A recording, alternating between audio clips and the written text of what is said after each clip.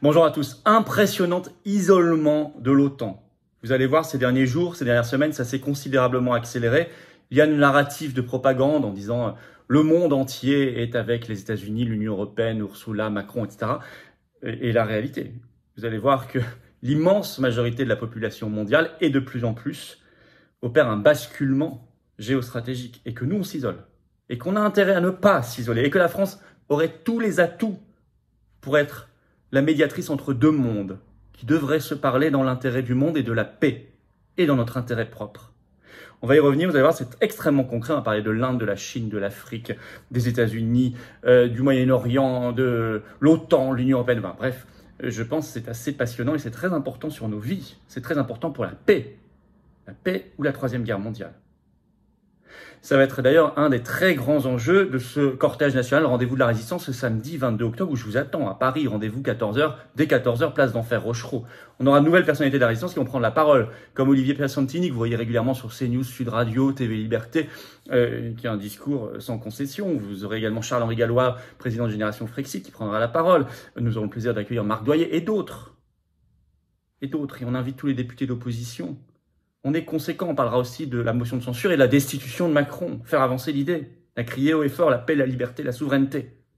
Je vous attends donc très nombreux, prenons des drapeaux français, ramenez du monde, ramenez des gens qui n'ont jamais encore participé à des manifestations. Je sais qu'il y a des gens qui viennent de toute la France, ça va être énorme, donc arrivez assez tôt, parce qu'il y aura manifestement beaucoup de monde. Voilà. On se retrouve aussi pour notre direct. Ce sera ce vendredi, comme d'habitude, donc 21 octobre, à 19h, sur cette chaîne. Vous l'avez noté, réfléchissez déjà à vos questions, j'y répondrai en direct, bien évidemment. Voilà, motion de censure, forçons les députés à la voter, à la signer. C'est toujours la pétition sous la vidéo en description pour cela. Et abonnez-vous à cette chaîne YouTube. Abonnez-vous, le petit bouton, le petit clic en dessous, s'abonner, c'est gratuit, c'est un dixième de seconde. Plus vous êtes abonné, plus ces vidéos circulent. C'est comme ça que fonctionnent les algorithmes de YouTube. J'ai besoin qu'on soit extraordinairement nombreux. Et vraiment un grand merci à ceux qui vont s'abonner et à ceux qui l'ont fait tout récemment. Bravo aussi à ceux qui vont adhérer ou réadhérer aux Patriotes, reprendre leur adhésion annuelle ou être de nouveaux adhérents.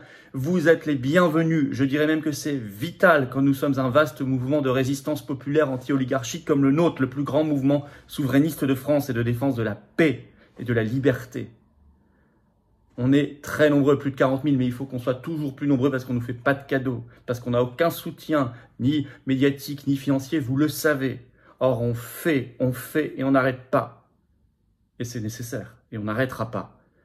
Mais il faut qu'on soit très nombreux. Venez défendre la liberté, la paix, la souveraineté, la dignité, l'enfance, l'avenir, la France libre, l'humanité, la dignité. Toutes nos valeurs, tous nos combats. Le lien pour adhérer ou réadhérer, si vous êtes d'accord avec tout ça, il faut le faire.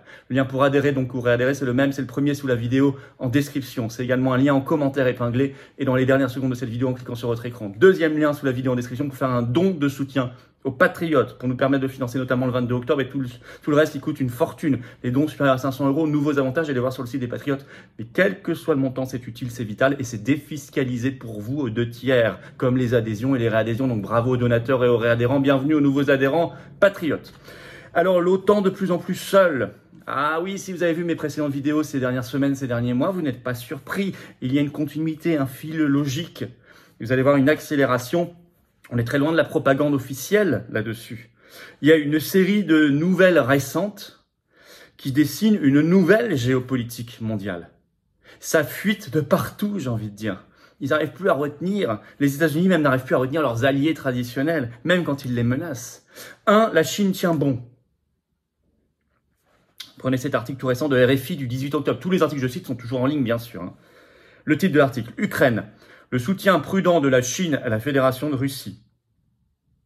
Dans l'article, il est écrit ceci. Son soutien reste. Il est très calibré. Et ils ajoutent, mise à l'épreuve. Le lien Pékin-Moscou reste toutefois solide. RFI ajoute, la relation est aussi tissée d'intérêts partagés sur les plans militaires et stratégiques. Alors là, je vous le dis, la Chine, c'est 1,4 milliard d'habitants. C'est une vaste partie de l'économie mondiale et de la géopolitique et de l'humanité. Notre stratégie actuelle consiste à mettre la Russie dans les bras de la Chine. Est-ce très malin? Est-ce très intelligent? N'avons-nous pas autre chose à faire? Bien évidemment que nous devons faire autrement. 2. L'Inde, autre gros morceau de l'humanité quand même. L'Inde se rebiffe. Là, on le sait par le site spécialisé mint.com, l'article du 18 octobre également, je cite, « L'Inde pourrait refuser l'initiative mondiale dirigée par les États-Unis visant à plafonner le prix du pétrole brut russe. » Selon, je cite l'article, 2 sources bien informées du dossier. Je cite l'article, « L'Inde souhaite maintenir une relation avec son partenaire stratégique, en l'occurrence la Russie. » À quoi on fait référence? On fait référence à cette initiative sous impulsion américaine du G7 du 2 septembre dernier, qui a demandé effectivement un plafonnement mondial du prix du pétrole brut russe. Oui, mais l'Inde dit non.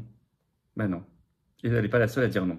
Et je vais vous citer un extrait qui montre que même les pressions américaines ne suffisent plus. Je cite l'article. « Les États-Unis ont tenté d'impressionner l'Inde pour qu'elle rejoigne le plan de plafonnement des prix. Le secrétaire adjoint au Trésor américain Wally Adeyemo, en visite en août, déclarant qu'un plafonnement des prix du pétrole russe contribuerait à réduire les coûts énergétiques pour les consommateurs indiens. L'Inde, pour sa part, est restée inébranlable dans ses relations avec la Russie. » Troisièmement, on a vu la Chine, on a vu l'Inde, l'Arabie Saoudite. Alors ça, c'est tout à fait nouveau, c'est tout à fait inédit. C'est un choc. Allié traditionnel des États-Unis. Ben, figurez-vous que le 5 octobre, vous en avez entendu parler, ce qu'on appelle l'OPEP+, c'est-à-dire les 13 pays membres de l'OPEP, Organisation des pays exportateurs de pétrole, plus les 10 partenaires conduits par la Russie. Cet OPEP+, donc, a décidé de sabrer ses parts de production pour soutenir le prix du pétrole brut. Totalement à l'inverse de la demande américaine et de, donc, sa colonie, l'Union européenne. Par contre, c'est bon pour la Russie et ses finances, bien sûr. Ça fait rentrer du pétrole plus cher et donc de plus d'argent. Les États-Unis étaient furieux, sont furieux. À tel point que vous avez cet article de TV5 Monde du 17 octobre, je cite, « L'alliance des États-Unis avec l'Arabie Saoudite est-elle remise en question ?» Le 16 octobre, la Maison-Blanche a fait savoir que Joe Biden n'avait, je cite, aucune intention de rencontrer le patron d'Arabie Saoudite, Mohamed Ben Salman, lors du sommet du G20 le mois prochain. Pire, le 18 octobre, on a su par le chef d'État sud-africain Cyril Ramaphosa, qui l'a déclaré sur une radio sud-africaine SABC, pour avoir la source, que l'Arabie Saoudite avait émis le souhait de rejoindre les BRIC. Vous savez ce que c'est que les BRIC, hein? L'Alliance Brésil, Russie, Inde, Chine et Afrique du Sud. L'Arabie Saoudite voudrait les rejoindre. Et ce serait une question, dit-il, examinée en 2023. Alors déjà, on le savait depuis une déclaration du 14 juillet dernier par Purnima Anand, présidente du Forum international des BRIC, que plusieurs pays ont déjà émis le souhait de rejoindre les BRIC, et pas n'importe lesquels quand même. Hein. L'Égypte, l'Iran, la Turquie, l'Argentine, des gros morceaux là aussi. Je vous le disais, une nouvelle géopolitique mondiale se dessine. Le monde ne se résume pas à Washington, Berlin, Bruxelles. Il va falloir le comprendre pour nous Français. Surtout que nous sommes un pays monde avec l'outre-mer et notre espace maritime gigantesque. J'y reviens. Selon un papier de Bloomberg du 17 octobre, une analyse de fond, les États-Unis sont furieux. Ils envisageraient de prendre des sanctions contre l'Arabie Saoudite et l'OPEP+, plus exactement de soumettre l'OPEP+, à la loi antitrust américaine dite Sherman qui a plus d'un siècle. Oui, mais c'est pas si simple parce que immédiatement l'Arabie Saoudite a dit alors nous on va dédollariser. On n'utilisera plus le dollar comme monnaie de transaction et ça, pour le commerce du pétrole, ça ce serait terrible, un coup terrible dans l'hégémonie américaine. Je cite l'article Bloomberg. Il serait bien plus sage d'éviter d'aggraver la situation. Sinon le risque est que les Saoudiens abandonnent les actifs financiers américains, redirigent les ventes de pétrole et parlent ouvertement de fixer le prix du pétrole dans d'autres devises. Ça, c'est une révolution. Mais c'est pas, décidément, ça n'est pas fini. Le Qatar. Ah, dépêche très sérieuse de Reuters du 18 octobre. Je cite, Qatar Energy, l'entreprise Qatar Energy ne détournera pas le gaz naturel liquéfié sous contrat avec des acheteurs asiatiques vers l'Europe cet hiver, a déclaré son PDG ce 18 octobre. L'Europe disait, donnez-nous du gaz, on a déjà des contrats avec l'Asie, on va les garder pour les Asiatiques et ça n'ira pas vers les pays européens. Revers terrible pour l'Union européenne. L'Afrique, décidément, l'Afrique. Ce 18 octobre, on le sait par la presse africaine francophone, le ministre tchadien des hydrocarbures et de l'énergie a salué, je cite, les efforts de l'OPEP et de l'Arabie Saoudite pour maintenir le prix du pétrole brut. Le Tchad, qui est un allié traditionnel de la France. Et c'est pas fini, selon le site MaliWeb du 18 octobre. Et ce site rapporte qu'un responsable sud-africain a déclaré à Sputnik que les BRIC devrait être étendu, je cite, à toute l'Afrique et que c'est, je cite, un outil important pour construire un monde multipolaire. Donc là, si vous voulez, si on ne voit pas, alors ça crève les yeux, que ça fuite de partout, que l'OTAN, le clan atlantiste, donc l'Union européenne, les États-Unis, nous on est embourbés là-dedans, et de plus en plus seuls, que ce camp-là ne sert pas à la paix, et que servir la paix contre la guerre et l'équilibre du monde, et ce monde multipolaire, ce serait de discuter avec ce monde qui se recompose et que la France pourrait jouer ce rôle, alors on ne comprend rien, et on veut la guerre. Parce que, en conclusion, je dirais, c'est la Russie qui est isolée, c'est ce monde-là qui est isolé, non. C'est nous qui sommes de plus en plus isolés. On s'isole, l'OTAN s'isole, l'OTAN nous isole. L'Union européenne nous isole. On parle ici quand même, avec tous les pays que je vous ai cités, d'une large majorité de la population mondiale. Et d'une très grosse part et croissante de l'économie mondiale et de la géopolitique mondiale.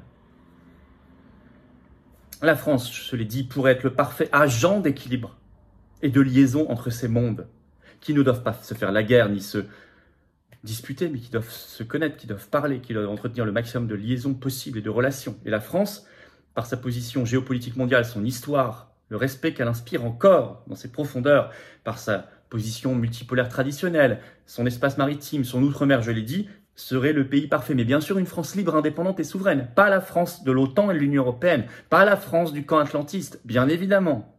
Pas la France du camp washingtonien et bruxellois, qui est le même. Pas la France de la guerre. Pas la France de Macron. Ce sont des beaux combats, ce sont des combats essentiels pour nous, les générations qui viennent. Voilà. Faites partager, circuler cette vidéo si vous voulez bien. L'important, ce que je viens de dire là est purement factuel, n'est pas entendu dans les grands médias, bien sûr, qui sont des grands médias de guerre. Donc faites circuler notamment en vous abonnant à cette chaîne YouTube, petit bouton s'abonner en dessous, cliquez dessus, c'est gratuit, c'est instantané. Plus vous êtes abonné, plus les vidéos circulent, profitez-en pour appuyer sur la petite cloche à côté, recevoir les notifications des futures vidéos. Je vous attends. Combat essentiel, je disais, pour la paix, ce samedi 22 octobre, rendez-vous de la Résistance, cortège national, rendez-vous 14h Paris, place d'Enfer, Rochereau, venez, faites venir, venez très nombreux, de toute la France, covoiturage, contactez vos référents, des pays limitrophes, je le sais, certains viendront, c'est formidable, je vous encourage à venir, je vous encourage, quel que soit le temps, on s'en fiche, les résistants avancent, on sera nombreux, on sera très nombreux, et vous serez aussi très nombreux à me rejoindre, à nous rejoindre dans les combats, et moi je veux vous rejoindre dans les combats. C'est quand même des combats essentiels pour nous et les enfants, les petits-enfants, les générations qui viennent.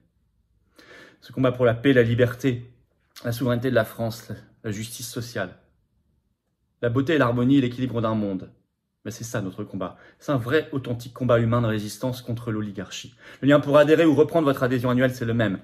Si vous avez adhéré en 2021 ou avant, pensez à réadhérer. Le lien pour adhérer ou réadhérer au Patriote, c'est le même. C'est le premier sous la vidéo en description. C'est également un lien en commentaire épinglé. Et dans quelques secondes, en cliquant sur votre écran pour avoir cette carte orange de Libération Nationale. Deuxième lien sous la vidéo en description pour faire un don de soutien aux Patriotes, vital, pour faire tout ce qu'on fait, pour financer, pour nous aider. Si on ne peut pas, on n'a pas un centime de financement public cette année, rien du tout. Or, on fait.